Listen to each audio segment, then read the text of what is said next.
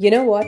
I haven't bought my own groceries in 5 years. I like to buy my own groceries. Well, I have just outsourced it. I'm not really embarrassed about it. No, that's good for you. I am a do it myself kind of person. My 7-year-old son has no concept of grocery shop. Pros and cons to everything. Hi everyone, I am Neha, the co founder of Chocolate and Spice Talk, where we bring you all kinds of topics that are top of mind for so many of us. Hey everyone, I'm Nidhi. We are both sisters, techies with a combined 35 years of experience in product and technology. And today we're going to be talking about a topic where a lot of people have different points of views. Nidhi and I certainly differ on this topic. And the topic is how much of what's considered our core day to day household work have we outsourced? All right, let's just get into it. So, no apology from me, no justification. I'm going to go over my list of everything that I remember that I've outsourced. And we'll get into the why in a minute, but I'm just going to list some of the things. All right, so groceries, I get it delivered every week. It's been 5 years now. I also get HelloFresh, which is like a meal kit delivery service every week. So I never have to think about what I need to cook for dinner. Next is there's a weekly cleaning service that comes and they just not only clean, they also organize. So my linen closet has been folded and the cleaning crew has done the job and they've done it way better than I would have ever done. There is a bi-weekly gardening service and they just do their thing, the grass, the blowing the leaves and packaging and so on. There is a HVAC filter change. I have the person who comes in. There's a quarterly AC maintenance. There is a quarterly water filter change person. I have a babysitter agency, so I don't text 10 people when I need help. I just contact them. They send me somebody. I have a spa subscription where, every month I get credit and I can go and do my self-care thing. And I have a new one, which is I have outsourced my coffee making to my husband. So that's a fun one. So the thing is, so he's the person who makes coffee. So recently I switched from tea to coffee because tea was spiking my blood sugar because I'm assuming it had a lot of milk. So coffee works fine for me. But the thing is, he makes his coffee, and I just didn't want to do it anymore. It's like I wanted him to be the person who is thinking about it, doing it. I don't manage. It's not my chore anymore. He brings it to me every morning, and it's, the biggest pleasure of my life currently. What about you? Your turn. Yeah, you have a great list. I have roughly three. One is I have cleaners coming to clean my house every 2 weeks. I have somebody come to mow the lawn also every 2 weeks. And then lately, I've started taking my dog, Millie, to a nearby pet store for her grooming and bath. Before that, I used to do that myself. So those are Okay, the three things. that's new. Millie's grooming is new, right? So It's new. that Yeah, must be yeah, helpful. yeah. There's a Harvard professor named Ashley Williams. They ran a study with over 6,000 people across the country and people who spend money on time saving services like cleaning, grocery deliveries, long care activities. They are measurably happier than people who spend the same amount of money on stuff. So, you know, Mhm.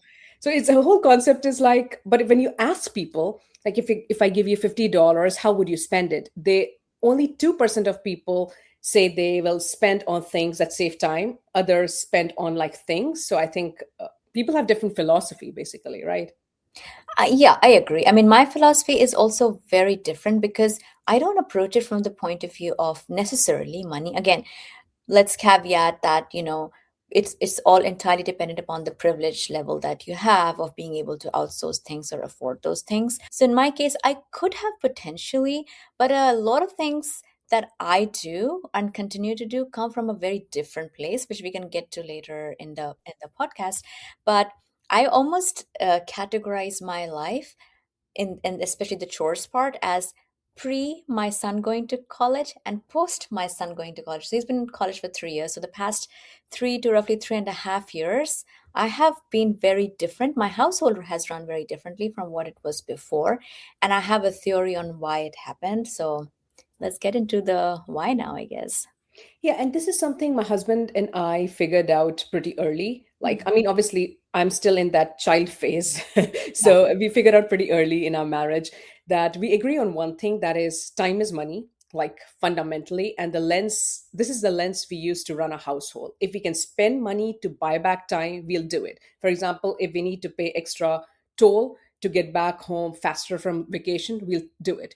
If we want to spend extra money at Disney, that means spending less time standing in long queues and spending more time enjoying the park, we'll do it. So it's not spending money for the sake of spending. It's about, is this thing buying back time, energy, peace? And if the answer is yes, we'll do it. And it's not like we agreed on it like just suddenly. We had to work a lot towards it. What do we outsource, what not? It takes a lot of work. So, let's get into it. Yeah, yeah. And from the point of view of rationalizing, I have now been able to understand why I behave the way I do, which is I absolutely do not like anybody else to do the things that I consider my core job.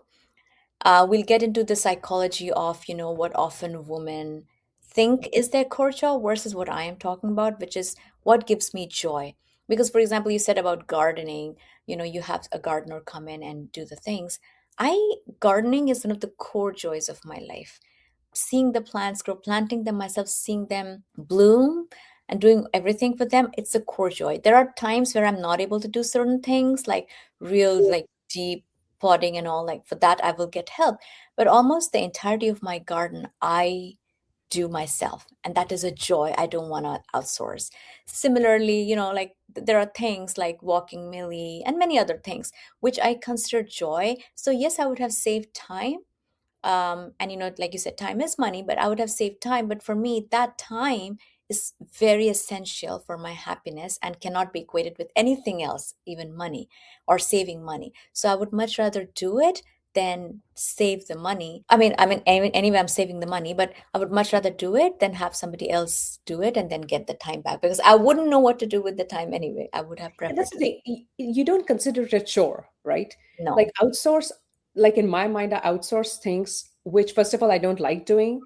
And I consider it a chore. Like if it's not bringing me joy and if I could do something better with my time, that's a reason I like to spend Right. money on those So things. you and I are aligned on the fact that we both are going for what gives us joy. Now, Mhm, what gives us joy are very different things. mhm. Yeah. All right. Okay, now let's get into the deeper layer, because we outsourcing the visible tasks, and then there is the invisible work, right? The stuff that looks like work, but it is something else on a different layer, right? Like, remembering that the milk is running low, or changing the filters, like all of those things where you still have to do the anticipation, managing, and all of those things, which is having those taps run in your mind. That's a different story. Like, how do you outsource that? I don't think there's any outsourcing that, right? The mental load.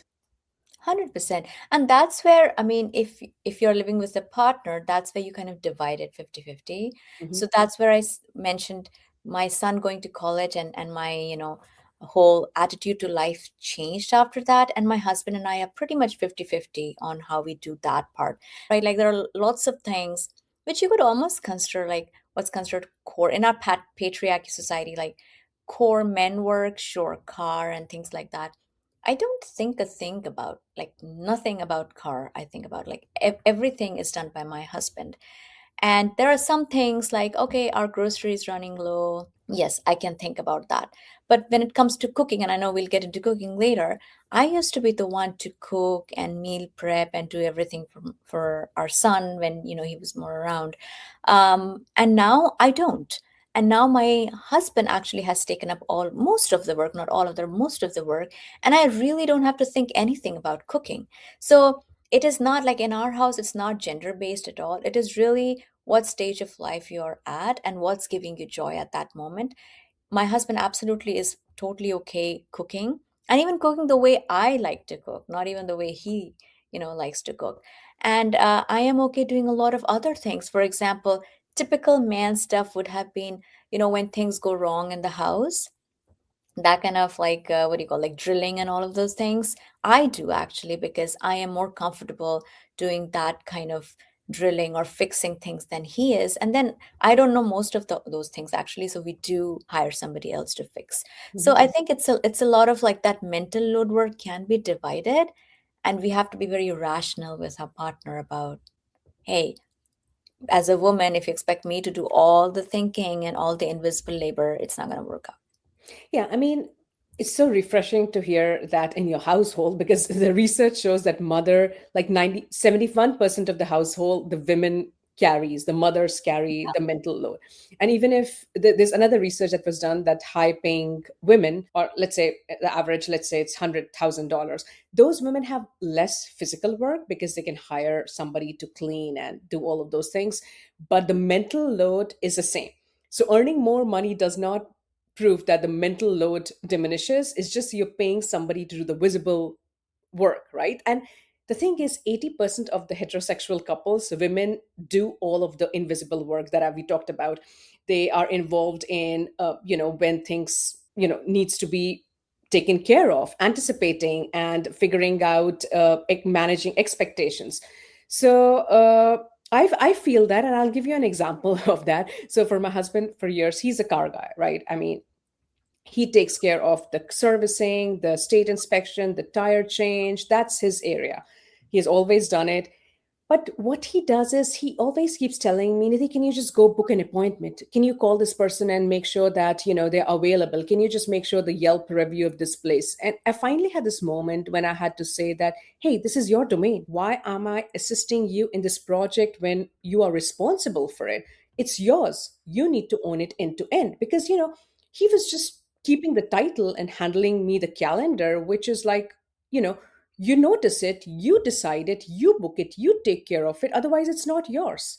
So that was like a moment in our marriage when I had to have a heart to heart because he would get so irritated. He's like, I told you to call them. It's like, you own it, you own it end to end. It's like, you can do it. It's like, yeah, I can do it. I can even go and get the servicing done of the car. It's not the deal. The thing is not I'm not capable of doing it. But in a marriage, if we share something, I don't want to think about it. That mental space has to be empty for me if you are owning it. So now we are on the same page, but it took a while for us to get there. So what you are saying is end-to-end ownership. You prefer Yes, it that way. Yeah. yes. I prefer it that way. I don't want to manage it because that's the same thing. Like I'm responsible for a lot of things. Like we are planning a vacation, and then I'm planning everything. And that's fine. I like planning, but like there is some things that you plan end to end, and there's something that I plan. I plan from booking a ticket to getting you there. You don't have to think about anything. Obviously, if there is a Airbnb we are booking or something, I have to make sure my partner and I are on the same page. But I'll take care of everything so that I take that load off your plate, and I expect the same from you. Yeah, I mean, we do that. We do that automatically, I think, in our household. I don't think we've had a long chat about it, but a lot of the planning and anytime we are traveling, my husband does everything. He plans the entire itinerary. He plans where we're staying, how we're staying. Like, of course, he'll check with me on where we're staying and all that, but he does the whole thing. I don't do anything. So he's the transportation and planning person, and I have my strengths. Yeah. All right. Yeah. So I mean, you do like managing stuff, right? Like even if you outsource, you still do a lot of the managing portion. Like even if I'm pretty sure if the cleaners come, you still give them the instructions, you do the payment, you do all of that. So, the visible part is done, but there's a portion of invisible part that you have to do because there's no not doing that. Oh, there is no doubt. In the past, again, like before my son went to college, there was a lot of that invisible labor that I would do. I have to say, like, it has to do with maybe age and the potential that, like, with it, often women, I feel, because of, again, the patriarchal society that we live in and the expectation that we have grown up with. I think women in general across the world, but also especially South Asian women, like, we've grown up with certain expectations of, oh, now you're a mom, now you're a wife, you have to do things a certain way and you own it. Pretty much everything in the house and the kid and the relationship is owned by the woman, right? And we've already talked about invisible labor in another of the episode. And I was like that. I would do everything and I would make it a point to own it because in my mind it had to be me. That was my responsibility. That was my role. And by the way, not because I inherently wanted to do it or it gave me any joy. It was because that was the sort of expectation that was set in my head, and I was just carrying it forward without questioning it. It was actually when my son went to college, and then I had that period when I didn't have to do that typical thing that I would have done for him, that I started wondering how much I did. Like the amount of workload was so humongous, and I had not understood that's how much I was carrying. And then I realized, oh wait, okay, this is another way of living. And then my husband and I, it was more organic. Like we had a good chat about, what can be done by him or not. And we kind of figured out how we sort of divide our work. So now even the invisible work, a lot of thinking is done by him as well as by me. Okay, that's good. I mean, that's I think when you mentioned that when your son was young and you did a lot of those things, and that is where I want to talk about like the guilt part and the food story that we were talking about, because in my house, like I'm responsible for the food stuff, like I do everything food related, and I take that job extremely seriously. So I have outsourced the visible part, like grocery shopping. I've outsourced the HelloFresh, the meal kit part of outsourced, but I'm still responsible for cooking, anticipating need, managing dietary preferences, and so on. And so for years and years, I was meal prepping, still planning, tracking, and doing everything, even when I would go out for trips, even when I would go out for lunch. And you have seen it, and you have pointed this out a lot of time because I would overdo it. But at that time, in my mind, I took that job so seriously, and I was like, I how will they survive if I don't meal prep for them? Are they going to not crumble without my maternal gatekeeping? So, and it kept getting worse. So even when I would like go out for brunch, the worst thing was I would actually track Uber Eat because I would order food for them. It was getting so bad. And then I would go off a work trip and I would kill myself 2 days before on the work trip. I would cook the whole food. I would literally put sticky notes on what to eat and so on. And it stopped being a joy. And that's a part I want to name, like, because I do love feeding people, and that's part is real. But when you do it without edges, it literally every meal, whether you're there or not, it stops being love. It becomes a job, and the job that you never can punch out of. So so that is when I had a self-realization that I need to stop. And it was kind of a grieving process, because the truth is that my husband is a grown man and I don't have a baby anymore. I have a 7-year-old. He's a whole person and they can figure it out by themselves. And the fact that me believing that they couldn't or they shouldn't have to was the actual problem. So the problem was me. And it took me a while to understand what I was trying to do. Like, I was not even helping them grow, I feel. And the thing is, I was training them to be so dependent on me, and I was so tired. But the other thing was that people celebrated me for doing that. When I talked about, I have meal prepped, I've done like so much for my family, my parents would be like so happy. Oh my god, you are so perfect. My in-laws would be, oh, she's just the most perfect daughter-in-law and such a good mother. And I had to grieve that process, but then I had to just let go. And to be honest, this was way harder than outsourcing groceries, because there's no app or something you download and you teach yourself not to gatekeep and you outsource the responsibility to your own family. And but the thing is, we all are happier. My marriage is way better because my husband stepped up and took care of it, and they both are well fed. I mean, they don't make as healthy choices as I would have liked them to. But the thing is, when you get help, you take it in any form or anything. So that's what I learned, and I applied that to different part of my life. Like, uh, now when over the weekend I'm responsible for taking Vikram to some activities or going out for a bike ride, and there are days when I'm like, I'm not doing it, you do it. I just have to take a step back and see them go outside. And sometimes he's dressed so poorly. I like to dress my son really well. And he's wearing like a mismatched cloth. And I'm looking, both of them are going outside, no helmet, no water, no snack, no food, no sunscreen. And I'm thinking to myself, how long are they going to survive outside? But I'm like, Nidhi, stop it. Don't do anything. Let them do it. And they learn. And you this is the outsourcing part. Like, I know I digress a little bit, but this is also kind of outsourcing where you let go of that control and you're just so much happier. I am. Outsourcing is to a great extent about control. So when you were talking about that whole food story, I was reminded of our mom because I remember, and I may have mentioned this in another of our episode, but I remember even as like as a young girl, like in my 20s, it occurred to me that our mom does a lot, right? Like she cooks all the food and the most amazing food, like all the time. She's known as the best cook ever. And she takes a lot of joy in it, but she's always busy. She's always tired, and she sometimes gets like cranky because of that. And I told her, hey, mom, has it occurred to you that you're almost doing it as a means of, not just ownership, but as a means of something that people will always be dependent on you for? Because you know that nobody can ever reach that level that you have, and have you made everybody dependent on you for that? And she of course negated, but now she and I, when we talk about it, she actually accepts that. And when you were saying it, it was like for you, your own gradual realization that that is the reality, right? So I was really, really amazed that you figured it out for yourself. Like it's not an easy thing to figure out for yourself on the why of why you're doing it.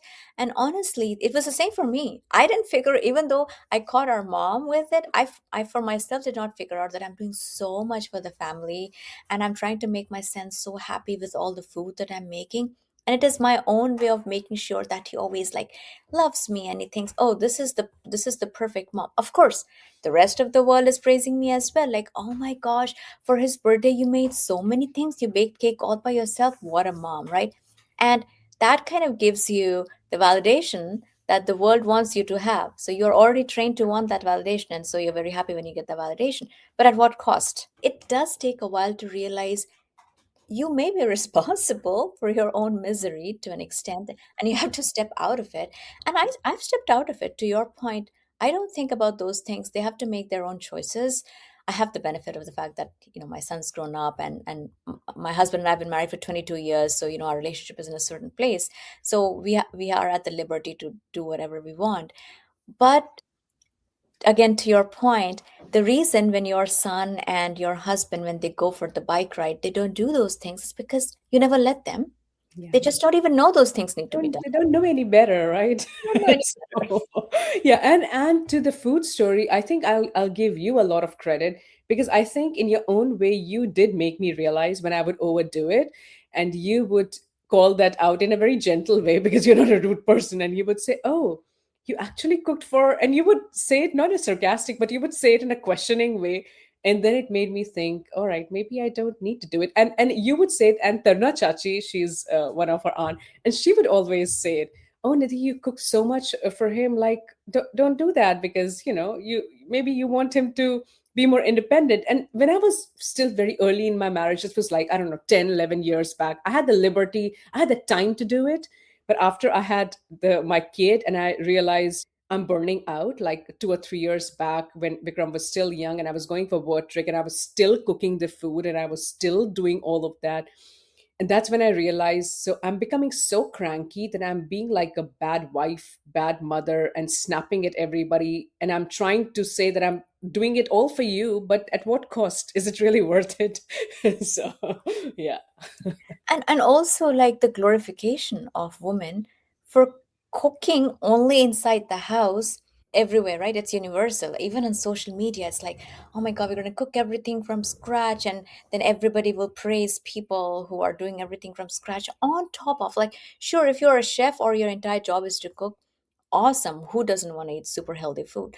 But if you've got like, five other things to do, if you have a full-time job that's pulling your attention, if you have a kid to take care of, if you have, like you said, other invisible labor that to take care of, like imagine even washing dishes, washing clothes, cleaning the house, those are work.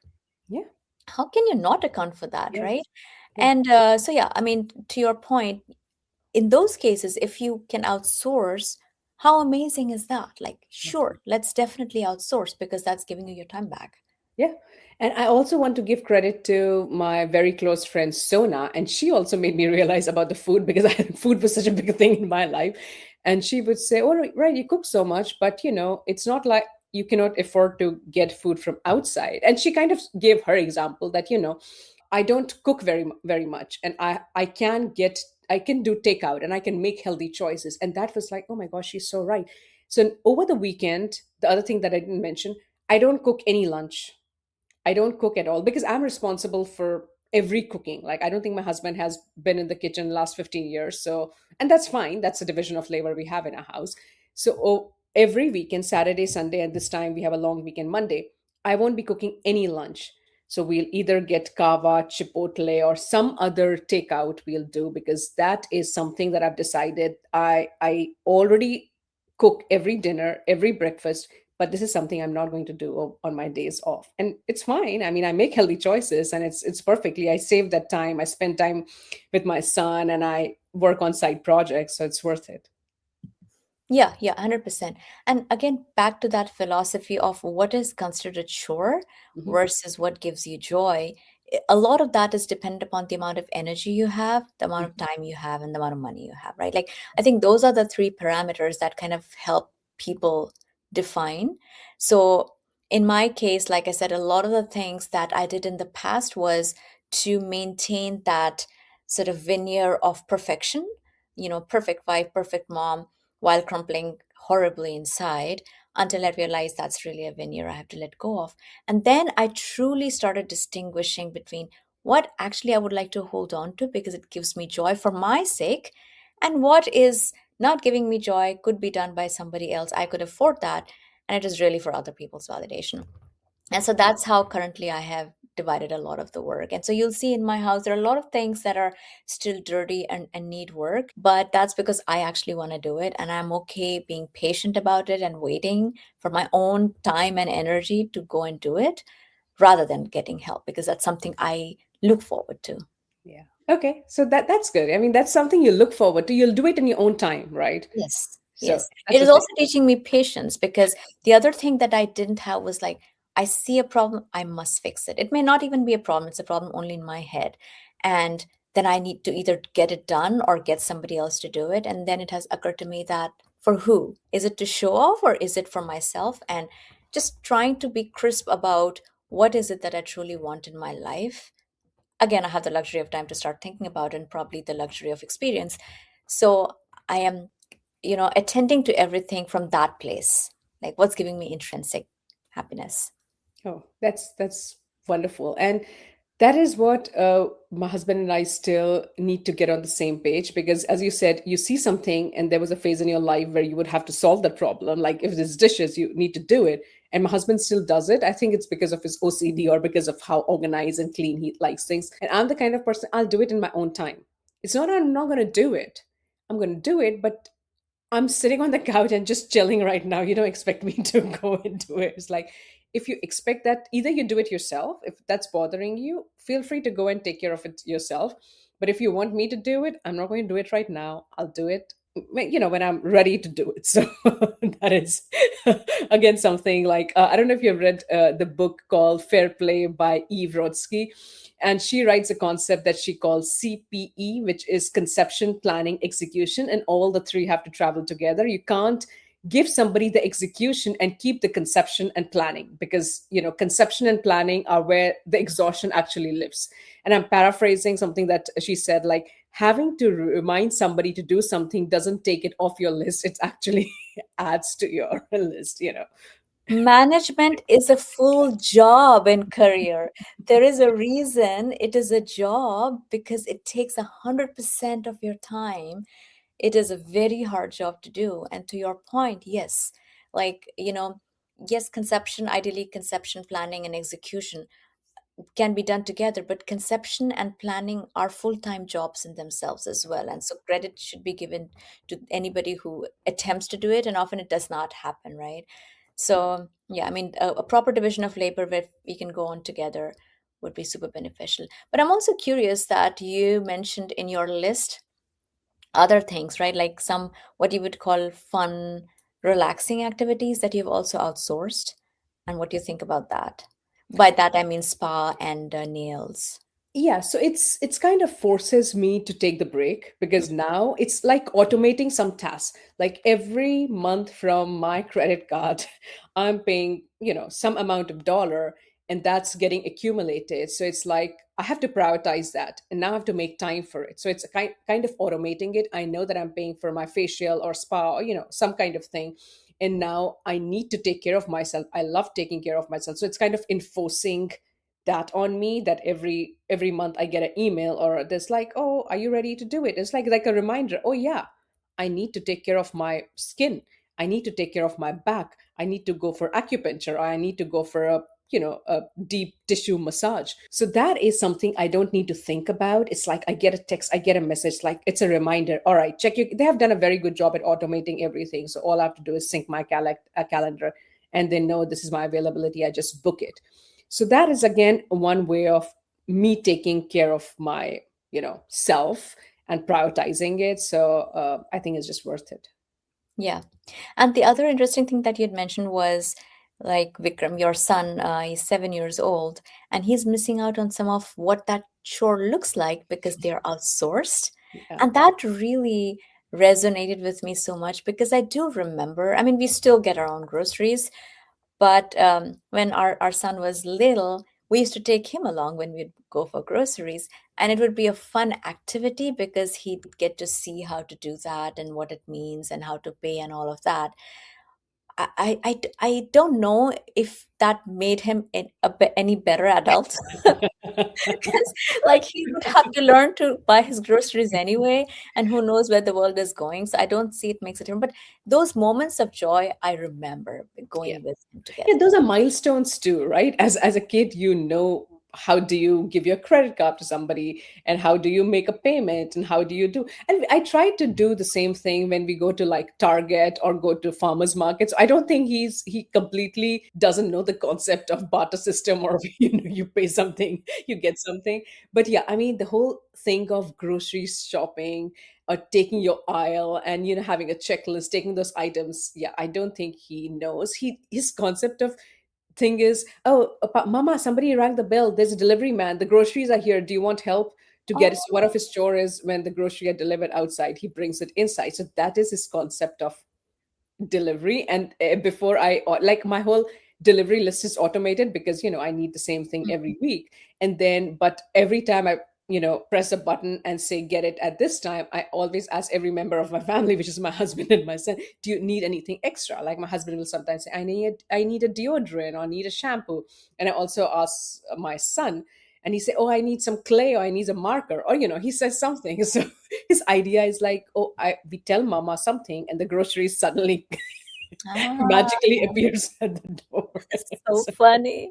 It is so funny. Like, your son is 7 years old, my son is 20, and they are different generations already, right? My son is Gen Z, your son is Gen Alpha.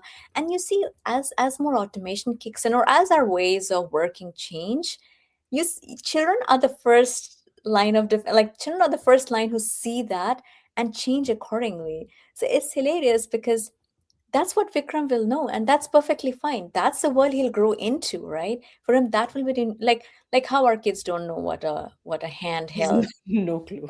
dial-in phone was. Like it's for them, it's truly a museum-worthy piece, right? Yeah. Um, yeah, All right. Do you want to get into the math of how do I do that, or is it not worth it? Like, sure. By math, you mean the money talk? yeah. Oh yeah, let's do it. All right. So if we want to get like a little bit practical, and this is how I do it, and I would love to hear how you kind of think about it. Like, take your annual income, right? Divided by 1,000, and that roughly gives you like the working hours in a day, right? That's your hourly rate. Let's say you make 80,000 a year, right? So your hourly rate is 40. And then you take up a task, and then if somebody is doing something for you for less than your hourly rate, and yes, the math is on your side, and if a cleaner costs $30 an hour and your time is worth $40, every hour you clean, you are losing like $10. I know this is too much, and you can just say that this is not worth it, but this is how a lot of people make sense of what to spend money on, or not.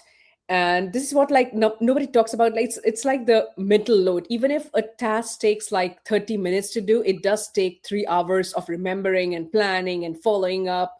And you not paying for 30 minutes of that help is like, is it really doing something? If you pay for that, you might buy back those 3 hours of brain activity. Because like the cleaning service I have, I'll give you an example. So let's say I pay for the cleaning service on a weekly basis, that's $140. But now, tell you the truth, in last 6 years, I have not changed my bed sheet. I have not changed my towel. I have not bought any cleaning supplies. They like bring. I mean, obviously, I have my own set of cleaning supplies, but they do all of that. They use the vacuum cleaner. They empty it. They have managed all of this that I never have to think of. It's totally off my list. They clean my fridge on a monthly basis. I have not cleaned my fridge in 5 years. They take everything out to it. So it's like all of those things that would have to think about is completely gone. So this is the best money I've spent, I feel, because they're taking so much off my plate. So yeah, I mean that's what I feel. That's how I calculate. I think it's totally worth it. I'm not doing any of those anticipation, managing expectation, and all of those things. Everything is off my plate, and I feel it's glorious. Tell you the truth. Yeah, why would it not be? And the math, I don't know why you would be apologetic about it, because everybody should do their math their own way, right? Yeah. Everybody's idea of what it should look like is different. Money is important, and money is a hard thing to earn and save, and what you spend on should be very, should get considerate thinking, right? Should get a lot of consideration. And so, whatever the math may be, I tried to follow your math and then I started losing, but I get your point, which is, how much is it, like, based on how much you're earning, how much is it worth doing it yourself versus getting somebody else to do it? Yeah. And that's the math. Like, typically my husband does that math really well, and so I lean in on him on that, and I really depend on him and trust him with that. But yeah, I mean, I think we should all be aware of it. I don't have any specific math I do, but in general, the way I look at it is I have like a intuitive sense of how much is too much. And if that exceeds my budget, it's not going to go ahead. Like, I'm going to do it. Does not matter. And Mhm. then the secondary, of course, option is the secondary point, of course, is even if it was taking a lot of my time and energy, if I enjoy doing it, I'm going to do it. And that's Yeah. that. Yeah. It's like now we need to have an electrician come in our house because we have to change some, bulbs, which is very hard to change because it is really in the in the ceiling, those kind of, which is so Yeah. hard to take it out. And there are a couple of other things we need him to fix, like my gym area needs a little bit more light that I'm trying to, redo that room. So there's no way we can do it. And they are very expensive. And my husband's like, oh, should we just figure out how it's like, no, I do not want you looking at any YouTube and figuring out any of thing. It's not worth it. Let's just get somebody who is, who has a good reputation. They'll take care of it. It's their core job. Think of it as helping a small business. Let it get off up late because I don't think it's worth your time I at all. know, and you learn it the hard way. People like me, well, let me humble brag.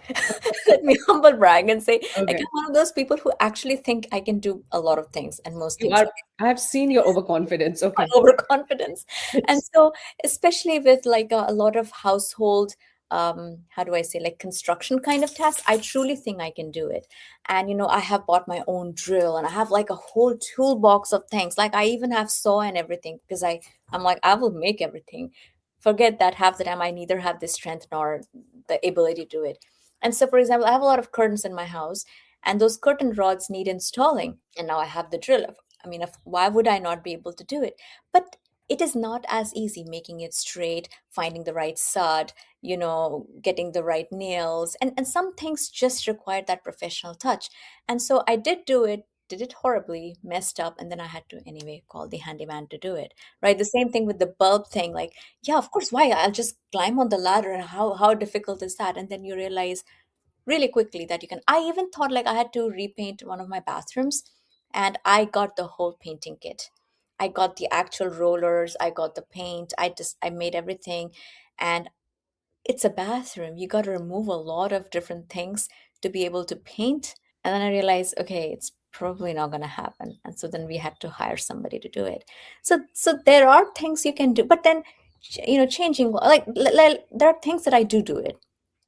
And so you have to, that's why I said there has to be a judgment, as much about cost as about your ability to do something. And if you can't do it, like, our dad is so good with anything handy, right? Like, he's a good handyman.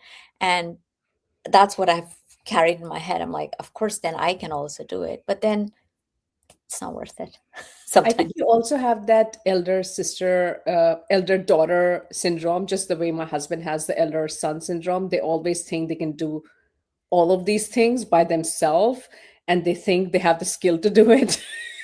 but but when they actually comes to it, it's like my husband is now trying to fix the backyard door, the whole knob which is broken, and he's trying it. But I know there will come a time when we pay more than double the amount of money he has spent buying all of those things, getting it fixed. And I've just taken a back step and like, I'm not going to say anything, I'm going to let you fail. And I'm going to let you figure it out. It'll be a lesson for you.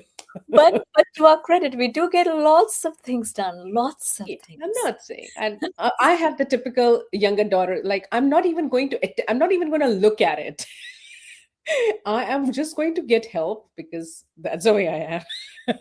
So, Totally, totally. all right. Yeah. So, all I think we can say that if you remember one thing from this episode, remember this, that outsourcing the task is certainly not the same as outsourcing the load, right? Like, if you're still the one noticing, planning, reminding, and following up, you are still not getting your life back. So, you have to create a management role for yourself. So, end to end ownership is what I believe in, but I'll let you speak your ending to it. Yes, and my thought on this is absolutely understand yourself and Mhm. understand the way you live. One is understanding yourself and what you truly want to do, and the other is circumstances. Both of them guide your objective. But the thing is, let not the world and the society tell you what it has to be. Let nobody else dictate what you can do and what you cannot do, or what you cannot source or not. It really has to come from your heart and your circumstances. And that circumstances refer to, of course, how many people you have in the house, and the income and things like that. But at the end of the day, we all are grown up folks who can sit and think for ourselves what is the right thing to do.